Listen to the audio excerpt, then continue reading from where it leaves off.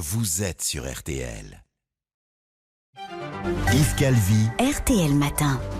Il est 8h48, bonjour Laurent Gérard. Bonjour Yves. Et bonjour Mademoiselle Jade. Et bonjour Monsieur Calvi, bonjour tout le monde. D'après les derniers sondages sur la prochaine élection présidentielle, Emmanuel Macron, distancé par Marine Le Pen au premier tour, l'emporterait avec une confortable avance de 8 points au second. Voyons comment cette future bataille est engagée à l'Élysée.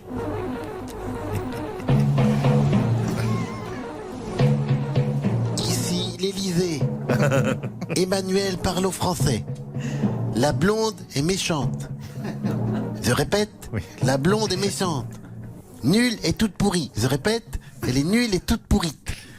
Emmanuel, mais qu'est-ce que tu fabriques? Tu te prends pour le général de Gaulle ou quoi?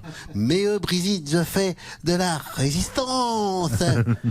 T'as pas vu les sondages? Je résiste mieux que prévu. Ah oui, mais calme-toi, hein. C'est déjà ce que tu disais aux européennes et aux municipales, on a vu le résultat, hein. Entre les piaillements incompréhensibles de Nathalie Loiseau et Griveaux qui montrait son zizi, on a été servi, hein. Ouais, t'inquiète pas, Brigitte. Contre la blonde, j'ai envoyé Dupond-Moretti au régional dans le Nord. T'as vu son physique? Il n'a rien envie au bourreau de Béthune. Il va la bouffer toute crue. On s'en moque, les régionales. J'ai pas envie d'avoir le destin de la femme de Xavier Bertrand. Inaugurer les géraniums, merci bien. Hein. Et puis, c'est pas un combat de catch que tu dois préparer. C'est une élection présidentielle. Mais c'est pas possible, ça recommence. On peut pas avoir la paix quand il s'agit de sauver la France et mon 365 pièces cuisine de l'Élysée par la même occasion. War Room des Macron, j'écoute. Allô Brigitte. Céline Renaud. Alors, ça boum. J'ai vu que le petit avait de l'avance dans les sondages sur la fille du borgne. C'est bien. Il a su séduire les jeunes grâce à sa vidéo sur YouTube avec McFly et Carlita. Mais il ne doit pas oublier les seniors qui adorent voter. C'est la sortie du dimanche. Je suis bien d'accord avec vous, ma chère Lynn. Que proposez-vous? Il doit venir faire un tuto brushing avec moi chez Saint-Algue, filmé en Super 8. Toutes mes copines aux cheveux bleus l'attendent. On va s'éclater sous le casque chauffant. Ça nous changera. Tiens, tout a changé ce matin. Je n'y comprends rien. C'est la fête, jeunes et vieux, grands et petits. On est tous amis. C'est la fête.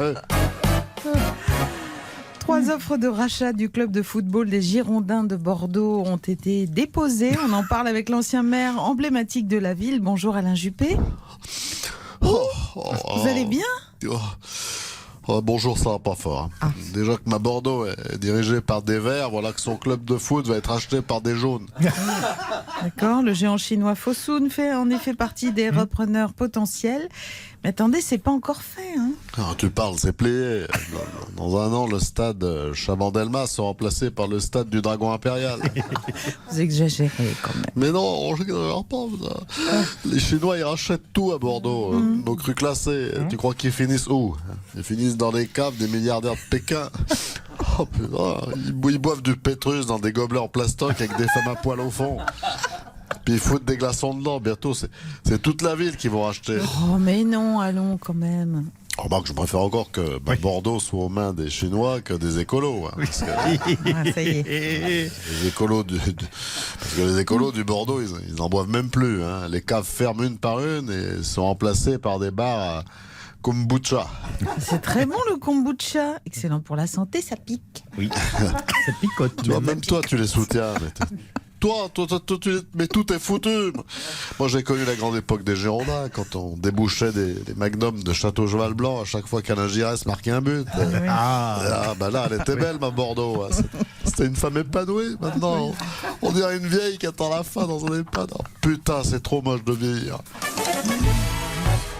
Après des mois d'activité au ralenti, le cinéma français reprend du poil de la bête et les annonces de tournage se multiplient. On fait le point sur ce regain d'actualité cinématographique avec notre star internationale, Lambert Wilson. Bonjour Lambert. Oui, but call me Lambert. Ich heiße Lamberto. Mi chiamo Lamberto. Oula. Qu'est-ce que tu penses? Comment je m'appelle? Bon, c'est vrai, j'ai oublié que vous êtes polyglotte. Oui. Ça va vous servir puisque vous êtes à l'affiche du film Benedetta, qui, vu le sujet, pourrait être en compétition à Cannes en juillet. Vous pouvez nous en dire plus sur ce film Benedetta? C'est l'histoire d'une religieuse lesbienne, c'est ça? Benedetta est une nonne qui aime les femmes. voilà. Benedetta è una donna che ama le donne. Oui, merci. Benedetta is a woman brooding other women. Bruting? Benedetta. You said bruting? To brute. Yes, to brute. C'est une espèce de moqueur qui dit que les autres professeurs. Oui, ça ira, on a compris l'idée. Vous jouez le rôle d'un nonce apostolique qui ne croit pas au miracle de Benedetta. Benedetta est une sainte et moi je porte une robe, mais je ne suis pas une femme. Je suis un nonce, je suis un nonce. Quoi de plus naturel en somme? Bon, dommage que ce ne soit pas une comédie musicale, alors on vous souhaite bonne chance pour Cannes. Et pour que Benedetta ait la palme d'or, je prie la Vierge Marie. Maria, Maria, c'est parti. Maria. Bonjour Fanny Ardant. Mais oui, bonjour Jade. Et bonjour aussi à toi Yves, pas Yves Robert, Yves Calvi, forcément. Ah bah oui, forcément, C'est pas vous la même aussi, chose. Fanny Ardant, vous devez être contente que le cinéma français reprenne des couleurs. Tu sais Jade, moi j'ai toujours connu le cinéma français en couleur. Oui. Tu confonds avec Catherine. Catherine Deneuve, forcément. Je l'adore, elle a connu le muet, restauré. Et elle aussi, elle est restaurée.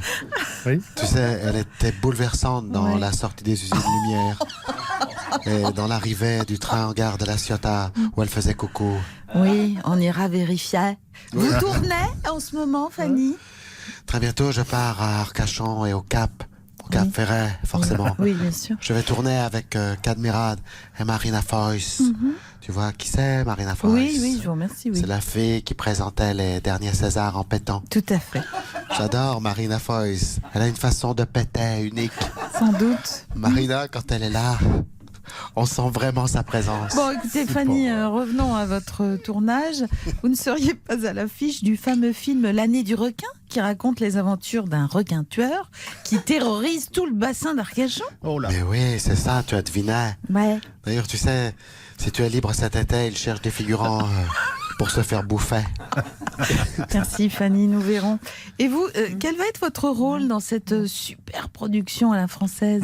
Tu sais, Jade, quand on a un certain charisme, on n'a pas besoin de tourner. Il suffit Ouais. d'être soi-même. Tu devrais essayer d'être toi-même comme moi. Je le ferai. Ouais. Mais moi, grâce à ma bouche immense, on m'a proposé le premier rôle. C'est-à-dire?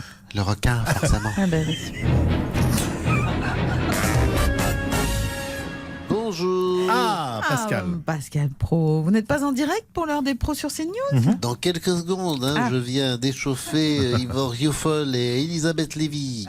Ça consiste en quoi Oui. cet échauffement? Je leur ai fait écouter en boucle l'hymne des Bleus de Youssoufa. Ah oui. C'est un bon échauffement. Rioufol a failli casser sa cage et Elisabeth Lévy a déchiqueté sa muselière. Et Laurent Geoffrin? Ah ben, comme d'habitude, Laurent Geoffrin se trompe depuis 40 ans. Il est en slip idéologiquement. D'ailleurs, nous lui avons mis dans la bouche son slip, n'est-ce pas, Laurent? Merci. Bien, quel est le sommaire des auditeurs ont la parole sur RTL, Oui. Pascal? Eh bien, sujet brûlant. Nous parlerons de l'OMS qui a décidé de renoncer et de renommer surtout les variants du Covid par des lettres de l'alphabet grec, en remplaçant des variants indiens, brésiliens et autres jugés trop discriminants. Ah, voilà. Vous avez suivi, mais est-ce suffisant? Faut-il également renommer l'été indien l'été alpha? Et le maillot brésilien, le maillot oméga? Faut-il remplacer les restaurants chinois par des restaurants bêta? Et traiter les Chinois de bêta, n'est-ce pas discriminant également? Faut-il supprimer la lettre bêta de l'alphabet grec? Tout ça est-il bêta finalement? Réagissez au 3210. Une émission passionnante. Rien que des questions essentielles. Essentielles. À n'en pas douter, vraiment. Alors,